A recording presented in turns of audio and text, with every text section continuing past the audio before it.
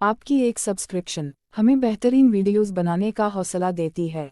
Channel को subscribe करें और बेल आइकन भी साथ दबा दें। रात के 3 बजे तक मुझे नींद नहीं आ रही थी और बिखर मैं मजबूर होकर अपनी बहन के कमरे में गया ताकि मैं आहिस्ता से अपनी बड़ी बहन को उठा के उससे बात कर सकूं। मैं इसके कमरे में आया तो हल्की सी रोशनी वाली लाइट चल रही थी। मेरी सारी बहनें सो रही थी और ऊपर मैंने अपनी बड़ी बहन को देखा तो वह कमरे में नहीं सो रही थी। मैं बड़ा हैरान हुआ कि मेरी बहन रात के इस वक्त कहाँ जा सकती है। मैं बाहर सहन में आया और हमारा बाथरूम बाहर सहन में बना हुआ था। मैं बाथरूम के करीब आया तो मुझे हल्की सी सागज़ीम की आवाज़ें आ रही थी। मैंने जो बाथरूम के करीब से आकर सुना तो वह मेरी बहन की आवाज़ थी जो किसी को कह रही थी कि जल्दी करो वरना कोई आ ना जाए। और कोई बंदा था बोल रहा था कि रात के सुबह के 3 बजे बज रहे हैं, इस वक्त कौन आएगा, तुम परेशान ना हो, मुझे सुकून के साथ करने दो। फिर मैं बाथरूम का कोई साया ढूंढने लगा ताकि मैं अंदर उन दोनों को देख सकूं कि आखिर अंदर चल क्या रहा था। फिर बाथरूम के रोशनदान से जब मैंने देखा तो वह दोनों एक दूसरे को सुकून दे रहे थे। वह लड़का हमारे ही मोहल्ले का था जो मेरी बहन को सुकून दे रहा था। मुझे काफ़ी गुस्सा आया, मैं परेशान हुआ कि क्या करूं और फिर मेरे दिमाग में एक तरकीब आई। मैं वापस बाथरूम के मेन दरवाजे पे आया और मैंने हल्के से कहा कि ना, मुझे पता है तुम अंदर हो और तुम्हारे साथ कोई और भी है और मुझे यह भी पता है कि तुम लोग अंदर क्या कर रहे हो। तुम दोनों की भलाई इसी में है कि आहिस्ता से दरवाज़ा खोलो, घर में कोई शोर सुन के जागना चाह और शोर मत करना। मेरी बड़ी बहन के अंदर से आवाज़ आई, भाई आप गलत फहमी है, मैं वॉशरूम में हूँ, आप क्यों आए ही जाएँ आप। मैंने कहा नहीं, मुझे झूठ बोलने की ज़रूरत नहीं, मैंने देख लिया है, यह टूर है ना वह लड़का, उसी के साथ तुम अंगाली मना रही थी। तुम्हारी भलाई इसी में है कि दरवाज़ा खोल लो वरना मैं अम्मी और अब्बू को उठा के आ जाऊंगा अभी। फिर किना ने कहा, अच्छा भाई आप किसी को उठा के ना लाए, मैं दरवाज़ा खोल रही हूँ। और फिर आहिस्ता किना ने दरवाज़ा खोला। वो लड़का तैमूर वहाँ से भागने की कोशिश करने लगा। मैंने कहा, खबरदार तैमूर, जो तुम यहाँ से हिले भी वह वही रोक रहा और मेरी बहन भी। फिर मैंने बहन पर झूठ मूठ का गुस्सा किया। मुझे खैर पहले से शक था अपनी बहन पे कि शायद वह इस तरह के काम में मलस है, लेकिन आज मैंने रंगे हाथों पकड़ लिया था, उसके पास मुकने का कोई चारा नहीं था। फिर मैंने कहा, यह कब से चल रहा था दोनों के बीच। और फिर मैंने अपनी बहन से कहा कि तुम तो बड़ा कहती थी कि मैं अपने शौहर से मोहब्बत करती हूँ इसलिए मैं दूसरी शादी नहीं कर सकती, यह काम तो तुम बड़े शौक से कर रही हो। फिर मेरी बहन मुझसे कहने लगी, यूसुफ जो कुछ भी हुआ अनजाने में हुआ, मेरी इसमें कोई गलती नहीं, मुझे माफ़ कर दो और यहाँ से चले जाओ। मैंने कहा, नहीं, आज तुम हाथ आई हो, मैं इतनी आसानी से तुम्हें नहीं छोड़ूंगा। फिर उसने कहा, यूसुफ तुम क्या चाहते हो, खुदा का वास्ता है मुझे जाने दो, और अम्मी अब्बू को पता चल गया कि मैं तैमूर के साथ थी तो वह तो मुझे जान से ही मार डालेंगे, प्लीज़ मेरे साथ ऐसा जुल्म ना करो, मेरा पर्दा रख लो। फिर मैंने कहा, अच्छा तुम इस टमुआ को भगाओ, मैं तुमसे अकेले में बात करना चाहता हूँ। शायद तैमूर पहले से ही बहुत डरा हुआ था, वह यह सुनते ही बाहर चला गया, उसने मेरी बात भी नहीं सुनी। और फिर मैंने अपनी बहन को पकड़ लिया। मैंने कहा, जो तुम यह काम इसके साथ कर रही थी, चलो बाथरूम के अंदर मेरे साथ भी करो। वह कहने लगी, नहीं भाई मैं आपके साथ नहीं करूँगी। मैंने कहा, तुम्हें करना पड़ेगा वरना मैं अम्मी और अब्बू को उठा के ले आऊँगा। फिर मेरी बड़ी बहन मुझसे कहने लगी, यूसुफ शर्म करो, मैं तुम्हारी बड़ी बहन हूँ, तुम मुझसे छोटे हो। मैंने कहा, कुछ नहीं होता, इस वक्त मेरा दिमाग बहुत बहुत ख़राब है, वैसे भी मुझे तुम्हारी ज़रूरत थी, मैं तुम्हें उठाने आया था, यह तो अच्छा हुआ मुझे तुम इस हालत में मिल गई हो, अब मैं नहीं जाऊँगा खुद को बिना सुकून दिलवाए। फिर मैंने उसे हाथ से पकड़ा और बाथरूम में ले आया। उसने कहा, अच्छा रुको, मेरी बात सुनो पहले। मैंने कहा, एक हाथ पकड़ लो फिर मैं बात बताती रहूँ। उसने कहा, नहीं, पहले मेरी एक शर्त है, मैं बाद में तुम्हें पूरा पूरा सुकून दूंगी। मैंने कहा, अच्छा बताओ जल्दी से। उसने कहा, अभी नहीं, वो मैं आपको कल को बताऊंगी। मैंने कहा, नहीं किनास, ऐसा जुल्म मत करो, रात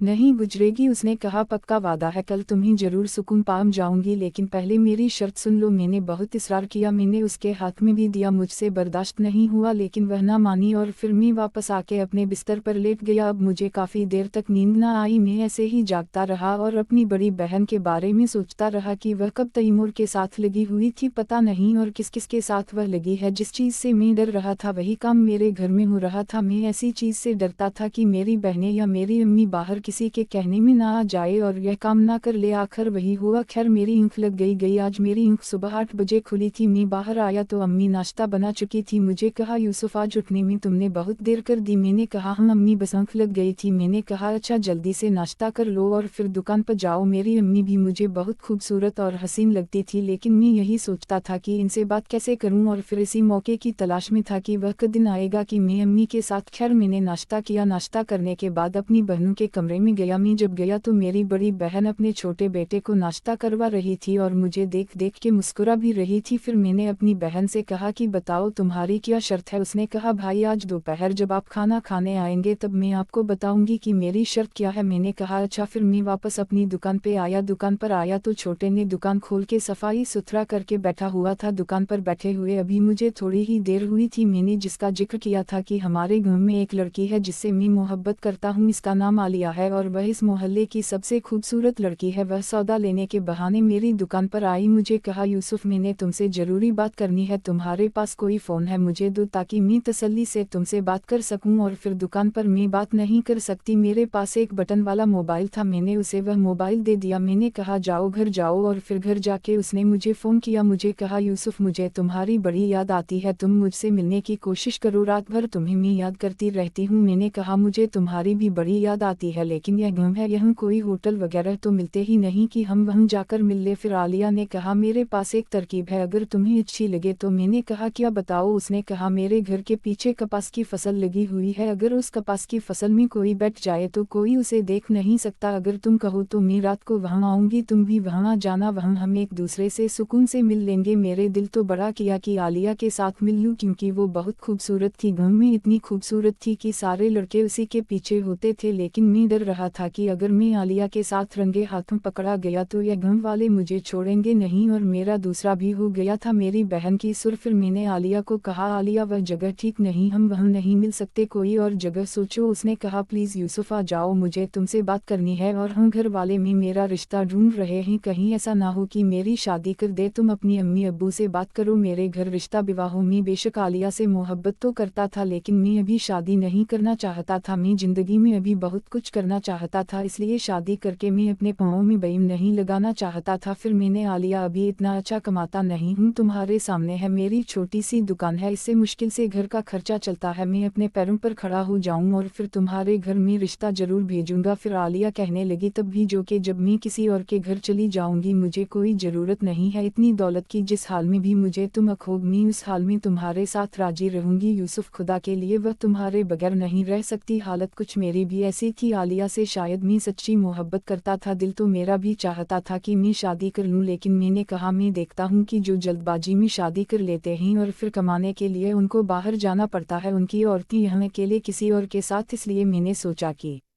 मैं तब तक शादी नहीं करूंगा, अगर करूंगा तो मैं अपनी बीवी को सारी जिंदगी हमेशा अपने साथ ही रखूंगा। यह मैंने सोचा हुआ था। बड़ी मुश्किल से आलिया को मैंने समझाया, मैंने कहा अभी कुछ सब्र करो, मैं अपने पाँव पर खड़ा हो जाऊं, मैं तुमसे जरूर शादी करूंगा। और आलिया कहने लगी अच्छा ठीक है, तुम रात को उस फसल में आना, मैं तुम्हारा इंतजार करूंगी। मैंने कहा आज तो नहीं हूँ, मैं तुम्हें जरूर बताऊंगा। उसने कहा अच्छा यूसुफ तुम्हारे पास कोई छोटी सी तस्वीर होगी, मैं उसे हमेशा अपने सीने से लगा के रखूंगी, मुझे जब भी तुम्हारी याद आया करेगी मैं उसे देख लिया करूंगी। असल में जो गम की मोहब्बत होती है वह होती इतनी शदीद है, गम की लड़की जब भी एक बार किसी से मोहब्बत करती है तो वह फिर सच्चे दिल से करती है। शायद आलिया भी मुझसे सच्चे दिल से मोहब्बत करती थी। मैंने कहा अच्छा कल जाऊंगा, आज किसी भी टाइम पासपोर्ट साइज तस्वीर बनाऊंगा और मेरी दुकान पर आ जाना, मैं वह तुम्हें दे दूंगा। उसने कहा अच्छा ठीक है। उसने कहा अच्छा यह मोबाइल लेने के लिए इस छोटे को भेजो जो तुमने दुकान पर रखा हुआ है। मैंने कहा अच्छा ठीक है। फिर मैंने छोटे को भेजा। असल में वह छोटा मेरा काफ़ी हद तक राजदार भी था और मेरी आदत से खूब वकपा था, क्योंकि जो भी औरत मेरी दुकान पर आती थी, मैं असल में दिलफीक बंदा हूँ, हुसन परस्त भी हूँ, अच्छी चीज़ मुझे बहुत अच्छी लगती है, खूबसूरत चीज़ों में तारीफ करता हूँ, शायद इसीलिए मुझे सब मोहल्ले वाले ठरकी कहते थे। मैंने उससे छोटे को कहा कि जाओ और वह मोबाइल लेके आओ। वो गया, मोबाइल लेकर आया। कब दोपहर होगी मुझे पता ही नहीं चला। फिर मैंने छोटे को कहा आज तो मेरे घर खाना लेकर मत जाना, मैं खुद ही घर का खाऊंगा। उसने कहा अच्छा उस्ताद जी अब दोपहर के 1 बज रहे थे, मैंने खाना खाने के बहाने अब घर आया तो अम्मी ने भी खाना नहीं बनाया था। कहा यूसुफ तुमने खाना लेने घर आए हो, इस छोटे को भेज देते। मैंने कहा मैं वह छोटा सा जरा काम पर मसाफा था इसलिए मैं खुद आया हूँ। उसने कहा अभी तो खाना नहीं बना, अच्छा तुम बैठ जाओ। फिर मैं अपनी बहन के कमरे में गया। मेरी 2 छोटी बहनें शायद किसी के घर गई हुई थी, वो भी नहीं थी। मेरी बड़ी बहन अकेले बैठी हुई थी। मैंने उससे पूछा हूँ क्या शर्त है तुम्हारी, तुमने बताया ही नहीं। उसने कहा भाई मैं एक बंदे को पसंद करती हूँ। मैंने कहा मुझे पता है कि वो तैमूर। उसने कहा नहीं तैमूर को नहीं, वो कोई और है, हमारी बरा का नहीं है। फिर मैंने कहा कि ना टमा तैमूर के साथ यह काम क्यों कर रही थी, अगर उसको पसंद नहीं करती। उसने कहा भाई वो तो मेरी ज़रूरत पूरी करता है, मैं उससे मना भी नहीं कर पाई इसलिए। फिर मैंने कहा कि ना यह गलत बात है, तुम अगर इससे मोहब्बत नहीं करती तो उसे अपने करीब क्यों आने दिया। उसने कहा छोड़े भाई, मैं इस बारे में बाद में बात करूंगी। मैं तुम्हें यह बता रही थी कि मैं एक लड़के को पसंद करती हूँ और मैं उससे शादी करना चाहती हूँ। तो मैंने कहा तुम मुझे क्यों बता रही हो, तुम यह बात अम्मी और अब्बू को बताओ। उसने कहा अम्मी यह बात नहीं मानेगी इसलिए मैं तुम्हें बता रही हूँ। मैंने कहा कौन है वह हमारे घर के सामने वाला रोड बन रहा था, उसमें एक लेबर शायद मजदूर थे, एक लड़का उसमें पठान था जो दिखने में समटा और खूबसूरत सा था। मेरी बहन ने कहा इस पठान को मैं पसंद करती हूँ, वो भी मुझे रात को मिलने आता है, पिछली रात भी वह आया था। मैं हैरान हुआ कि मेरे घर में यह क्या चल रहा था। मैंने कहा अच्छा। फिर उसने कहा मैं उससे शादी करना चाहती हूँ लेकिन वह लड़का वजीरिस्तान का है, तो मेरे अम्मा और अब्बा तुम मानने के लिए शादी बिल्कुल नहीं करेंगे, इसलिए तुम अम्मी और अब्बू से बात करो, मेरी शादी उस पठान से कर दो, मुझे वह पठान बहुत अच्छा लगता है। मैंने कहा कनीज खबरदार, तो तुमने यह सोचा भी यह कैसी बात कर रही हो, अब हम क्या अपनी बहन बेटी पठानों में देंगे। उसने कहा भाई आप मेरा यह काम कर दें, आप यकीन करें जो मैं आपको सुकून दूंगी आप वह सारी जिंदगी याद रखेंगे। जिस अंदाज से उसने बोला था मैंने उसको मना ना कर पाया। मैंने कहा अच्छा मैं बात करता हूँ। उसने कहा नहीं भाई पहले बात करो, बाद में तुम्हारा काम करूंगी। मैंने कहा नहीं कि ना खुदा के वास्ते यह काम बहुत मुश्किल है, इस पर टाइम लगना है, प्लीज़ आज रात को मुझे सुकून दे दो। उसने कहा नहीं भाई आज रात को मैं उस पठान से वादा किया हुआ है, मैं उसको मिलूंगी, उसको मैं सुकून दूंगी, आज मुश्किल है। मैंने कहा कि ना क्या हो गया है तुम्हें, ये मुझसे कैसी बातें कर रही हो,